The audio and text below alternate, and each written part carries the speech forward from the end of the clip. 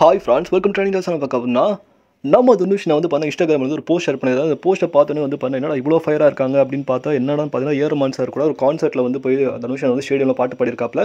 So dy Patel ஸ்டேடியமில் வந்து பார்த்தா மும்பையில் வந்து பார்த்தா நம்ம தனுஷ் நாவும் ஏர்மான் சாரும் சேர்ந்து வந்து பாட்டெலாம் பாடியிருக்காங்க.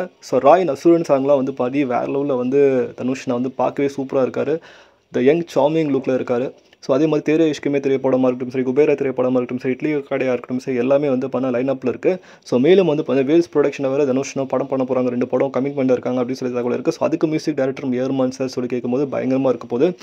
ஸோ கன்ஃபார்ம் வந்து பார்த்தா மாரி செல்வராஜ் சார் டைரக்ஷனே வந்து பார்த்தீங்கன்னா நம்ம ஏர்மான் சார் மியூசிக் எதிர்பார்க்கலாம். நம்ம தனுஷ்னாவும் நடித்து பயங்கரமாக வரப்போகுதுன்னு நினைக்கிறேன்.